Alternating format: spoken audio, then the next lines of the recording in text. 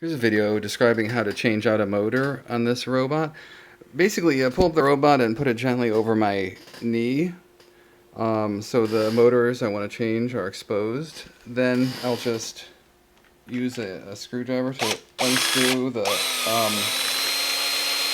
bolt holding it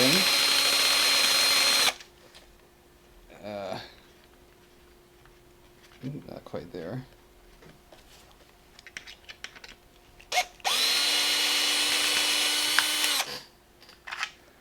So now this rack will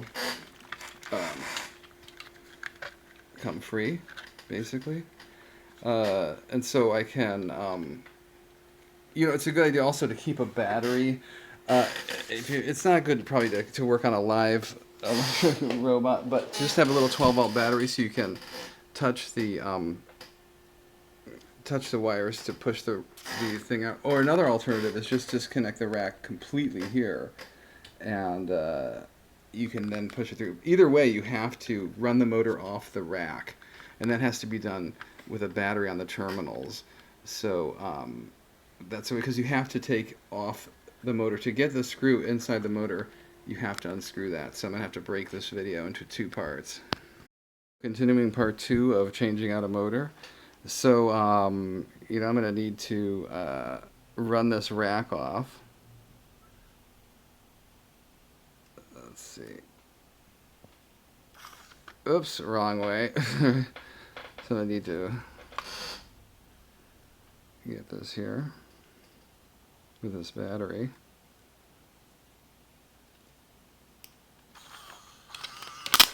Right. There. So we got the, now we have this motor free. So we can unscrew the motor from the inside now and attach another one. Okay, so part 3, continuing on with this replace the motor on the robot. I find that I want to keep the wires and just put in the connect the wires to the new motor because I don't have to worry about wire lengths and dealing with the ETH motors and so on. So what I'm going to do is we have to get in there because the motor is attached to that coupling, the gear, the pinion. So what I do is just with a manually we need to loosen these screws, remove the nuts from the lid. So that's what I'm doing right here.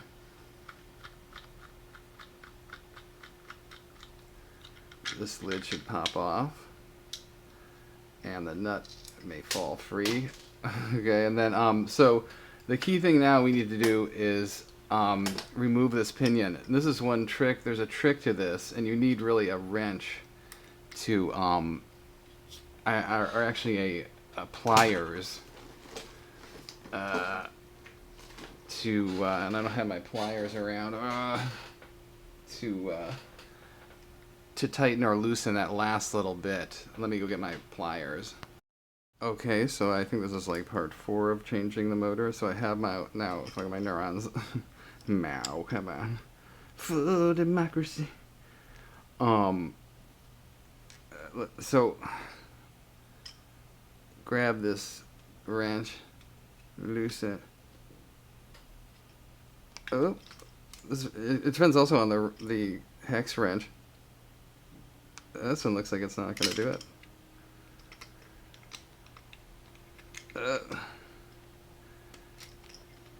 Yeah, you may need a newer or a different kind. This one's a little soft, I think. Yeah, I'll have to find a different one. This wrench seems to work better. Another way is you can, just to loosen it, you can use sideways. You get a little bit better leverage on it. So I managed using the other one sideways to get this coupling loose. So now you want to pull out the so now you need to unscrew the one screw holding the motor in there, and that's done this way. Screwdriver through the hole on the other side, and then the motor will come loose. Okay, so now the motor is loose. So now we want to unsolder wires free. Notice that the red should go to the red, white should go to the white, but I find that these motors sometimes can be randomly oriented, you know, or it seems to vary a little bit from motor to motor. You're definitely going to have to get my neurons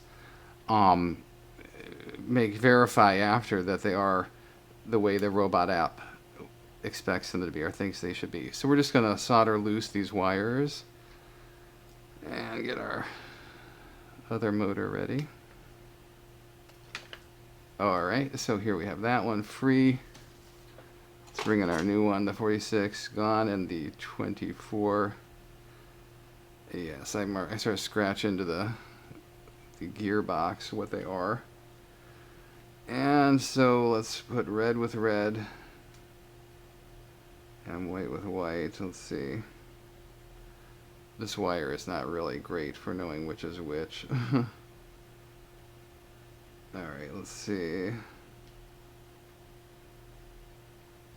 Yeah, this one is red. Sometimes it helps to just get a glop of solder on the iron. And then especially to put a glop of solder on the actual wire. So I'll just put a little solder on here. This is lead-free solder. And find which one is my red one again. Get that on the wire and onto that terminal. And then you're in business. Take gunk off of there. It's burning through my flesh. But yet I feel no pain. Alright. So, then let's get the white one on. Okay. Same day on different day.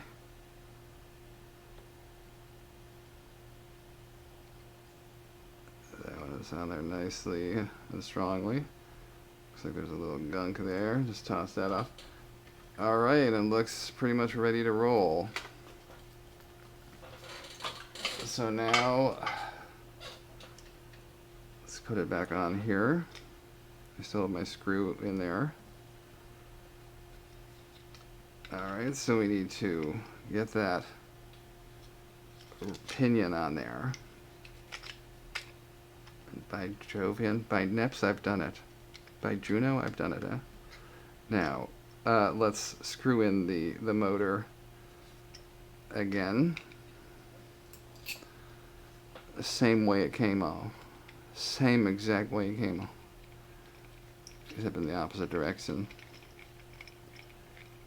Alright. Tighten it good. Tighten it but good. Alright. So now this little trick to get this pinion onto the motor in a way it will be super tight. I hand tighten it as tight as it will go. Alright? Which is pretty darn tight. Now, grab your wrench, or I guess it's really a pliers, right? Big pliers, right? And give it a last little twist. Not too much, just a little like quarter turn. Boom, that's it right there, I think. So here it goes. Then you know that is a tight coupling.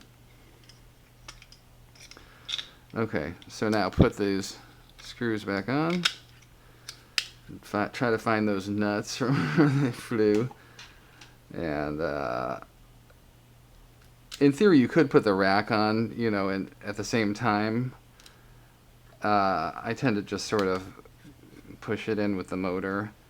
It makes it a little easier. I mean, you can't really put it on while it's still mounted to the robot. I mean, there's a variety of ways of doing this, you know, but it's totally up to you how you prefer to do it.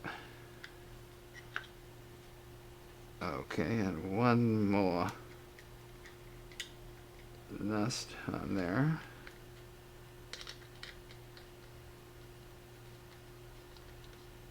These should be pretty tight because this is what holds the motor and the rack and so on to the leg, and it gets pulled on, as you can imagine, by the forces of nature. So pretty tight. Okay, now it's ready to be mounted back onto the robot upper leg. And that's going to be currently with this metric 5, I think a 55 length screw. So first we need to really get the rack through it. So to do that we need our battery again, our trusty Mega Minar's battery. And I can't remember which one was which. So red, wait, okay, no, wrong way. So whichever way to get this rack on. This is kind of a science, like you have to really a trick to it. You need to really make sure it's kind of aligned with the, you can bend the leg a little bit, but you want to get it as close as you can to the little slot, the hole with the bolt. Right?